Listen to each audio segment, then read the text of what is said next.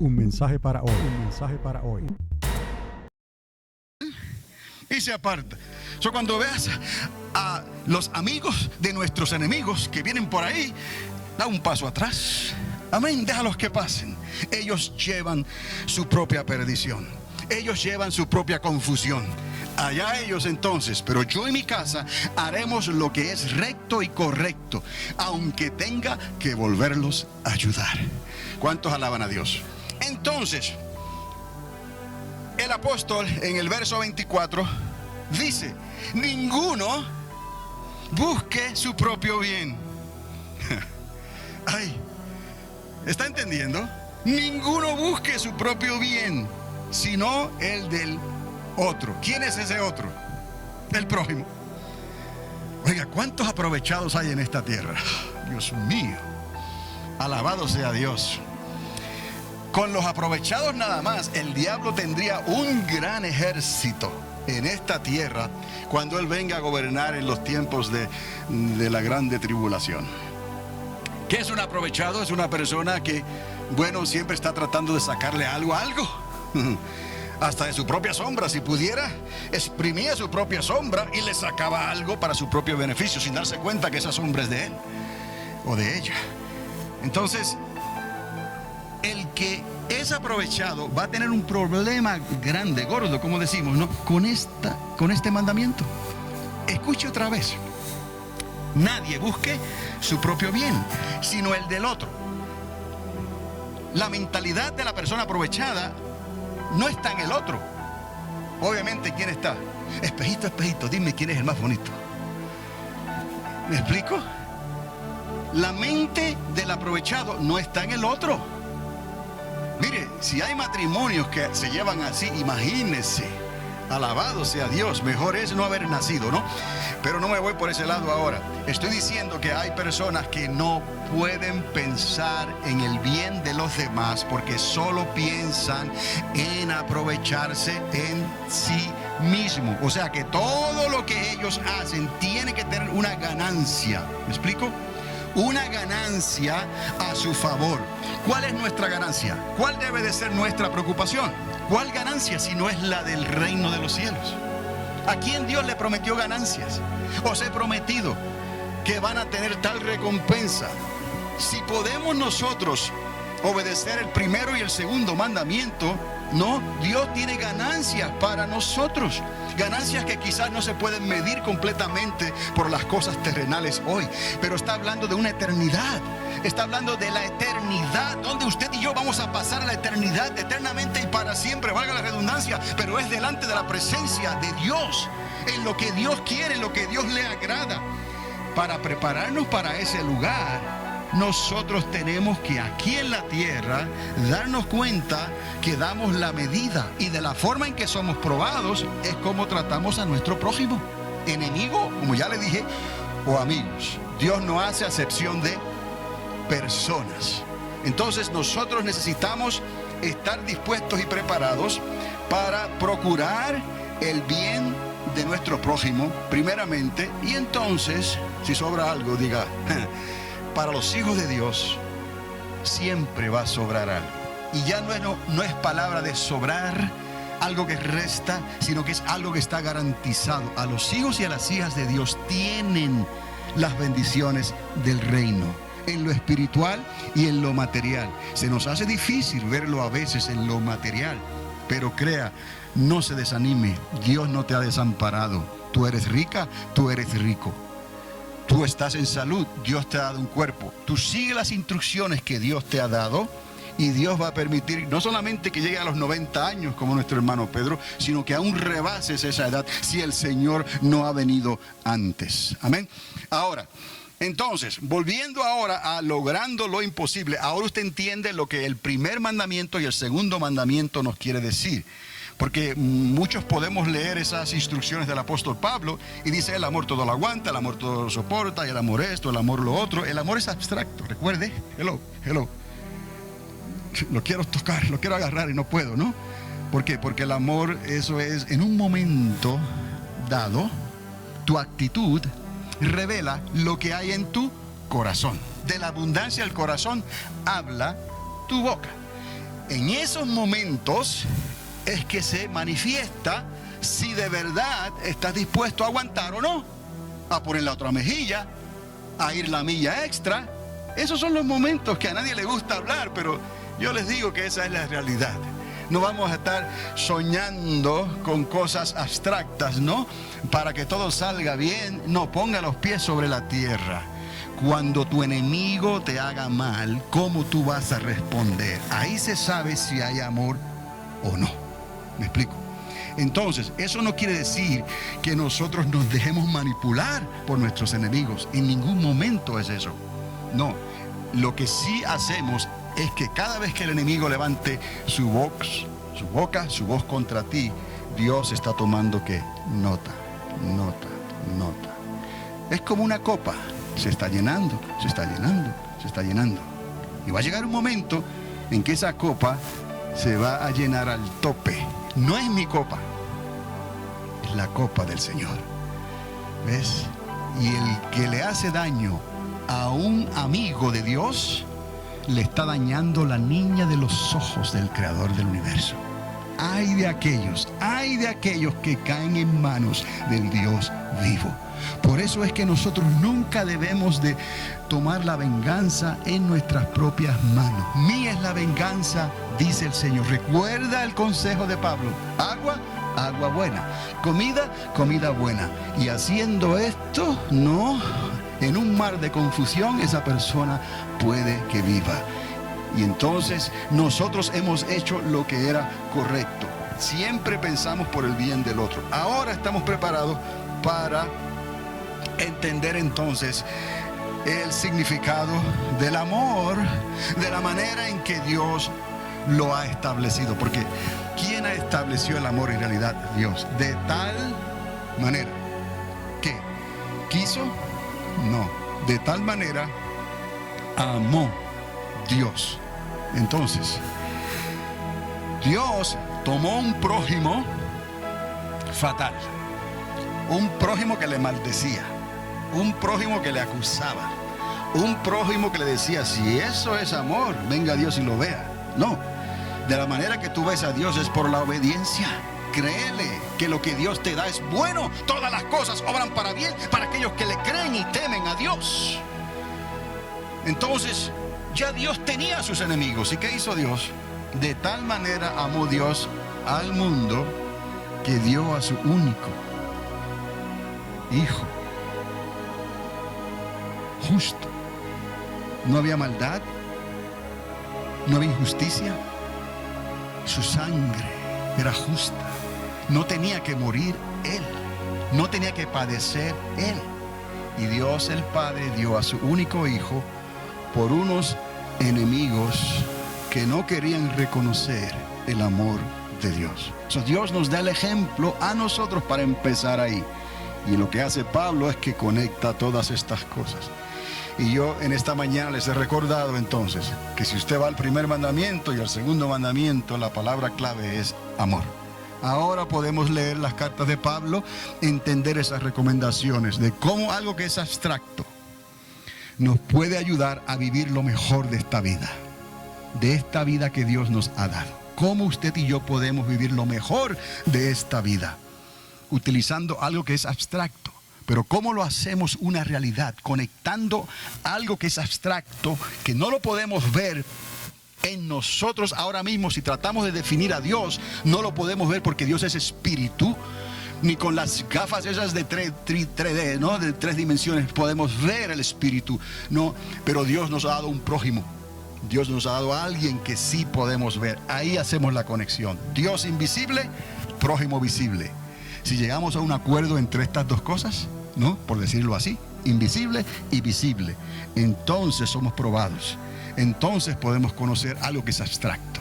El amor de Dios todo lo aguanta, todo lo soporta. ¿Hasta dónde el ser humano puede aguantar? Hasta donde quiera.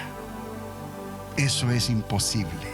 Pero Dios lo hace posible porque Él nos amó primero. Porque Dios hizo lo imposible al dar a su Hijo unigénito. Él lo hizo primero y eso lo transfirió a nosotros. Al nosotros creer por la fe, justificados pues por la fe, recibimos todo de parte de nuestro Padre Celestial, el Creador del universo. Hay tantas cosas allá afuera que podemos hacer, pero no todas convienen, no todas edifican. Todo me es lícito, pero no voy a comer lo que me hace daño, no voy a tomar lo que me envenena. Voy a buscar las cosas que Dios, mi Padre, me ha aconsejado que las haga, las obedezca, las crea y las practique. ¿Cómo? Nos ha dado nuestro prójimo. Cuando vemos al prójimo, en cierta manera vemos la conexión del Creador del universo, como una llave. ¿Qué estamos haciendo nosotros para vivir lo mejor de esta vida? Si no tenemos entonces ese amor definido por Dios, no el amor definido por la sociedad, no el amor definido por la cultura, ¿no? Dicen, el amor más grande que hay en la tierra del ser humano es el amor de una madre. Y no todas las mujeres son madres, y no todas las mamás son madres, pero una madre verdadera sabe lo que es ese amor. Pero aún así, esa madre puede hacer acepción de personas. El amor de Dios va a un escalón más. El amor de Dios es lo que Pablo entonces explica en su carta a los Corintios. Ese amor cuyas raíces están en el primero y segundo mandamiento. Por eso el Señor Jesús les aconsejaba.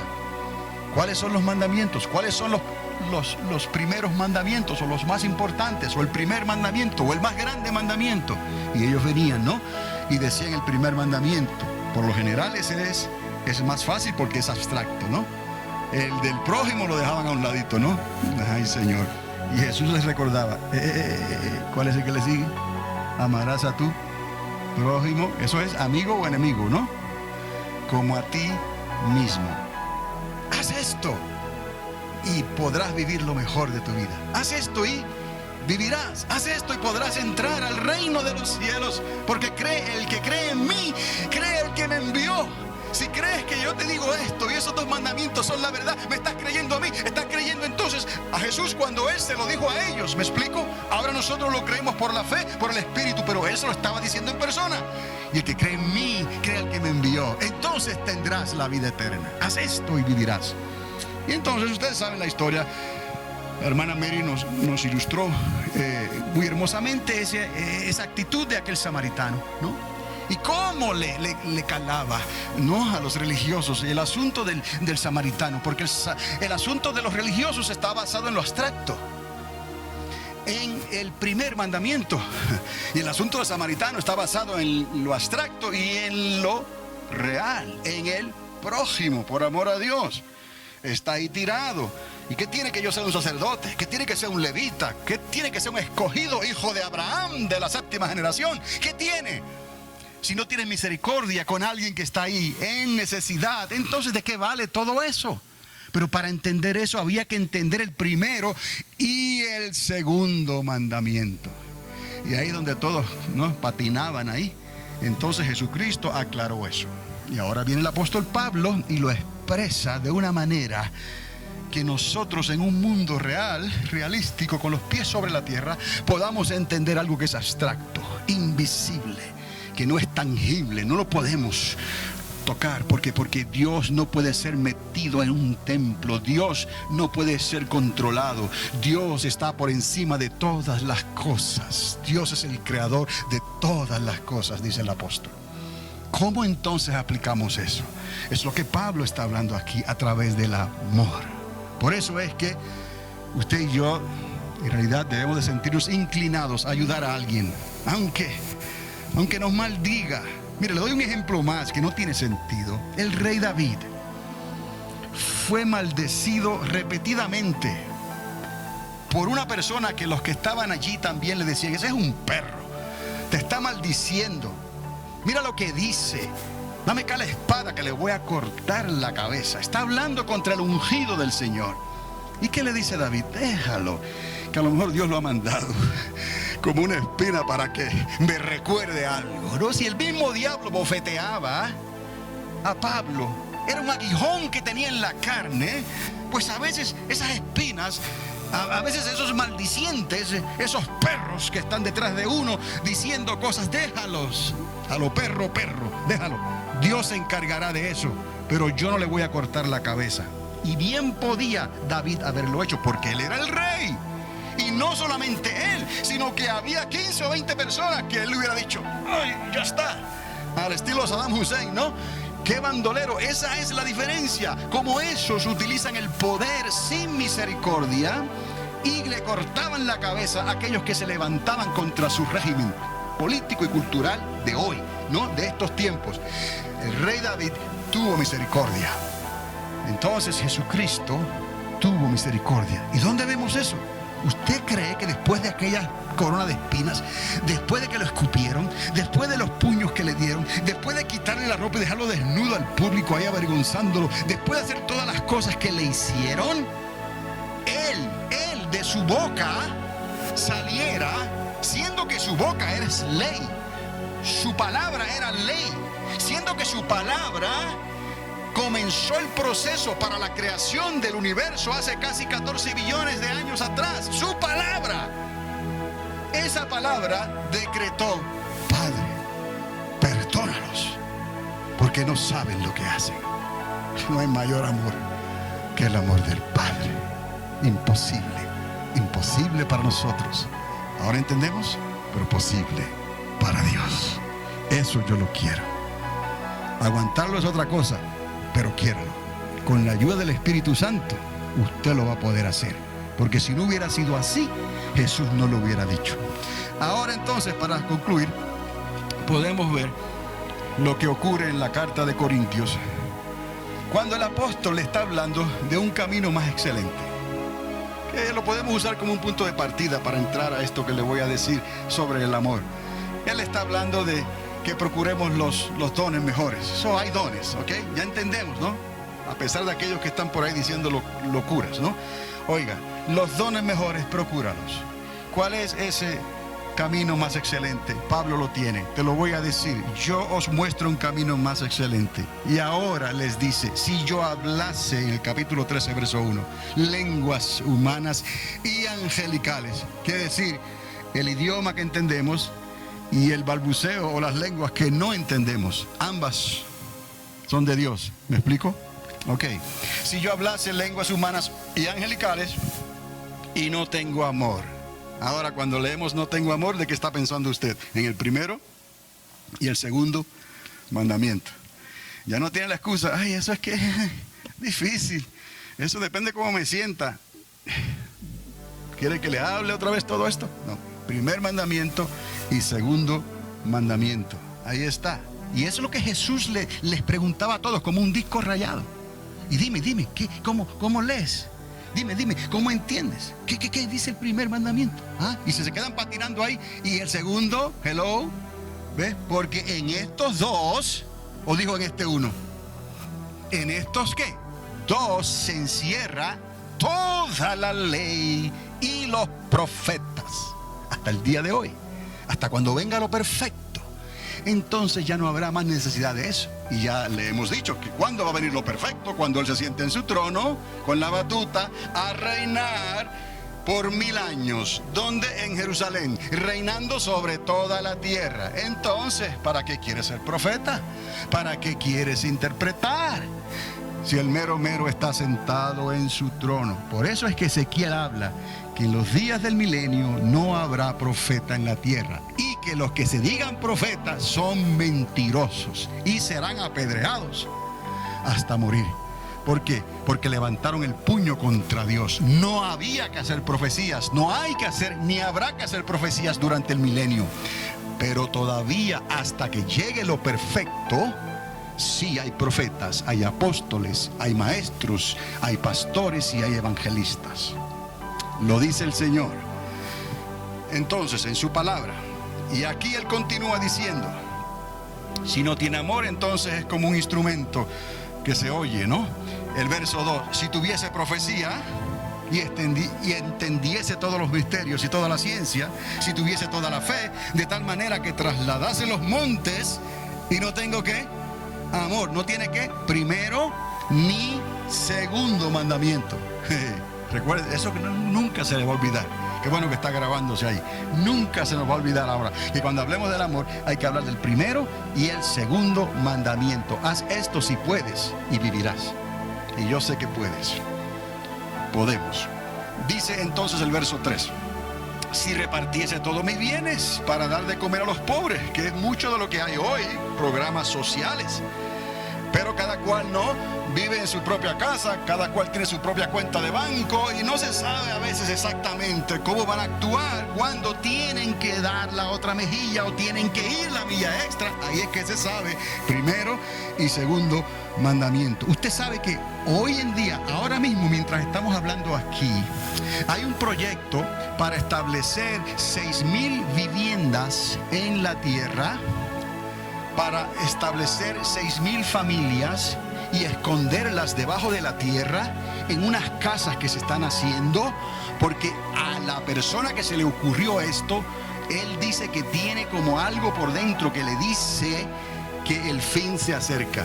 Mire, los inconversos nos están pisando los talones con que el fin se acerca. Y entonces han programado, obviamente esto es para los ricos, por persona 50,000 personas, por hijos 35,000. Son un matrimonio de 2, ya son $100,000 para empezar esa construcción. Nadie va a saber dónde es esa construcción. Es un lugar escondido donde estos contratistas van a hacer esa vivienda debajo de la tierra, con los generadores, con el agua, con la comida, con los sistemas de comunicación bajo tierra. Nadie sabe dónde van a estar, pero van a haber 6,000 viviendas, una por millón, estaba diciendo el equivalente en proporción. Una persona de cada millón de personas será tratada de esta manera. ¿Por qué? Porque tiene dinero para establecer un refugio de esta manera bajo la tierra, donde no van a ir a tocarle la puerta ni van a ir a pedirle ayuda, porque nadie sabe dónde están. Un mensaje para hoy. Un mensaje para hoy.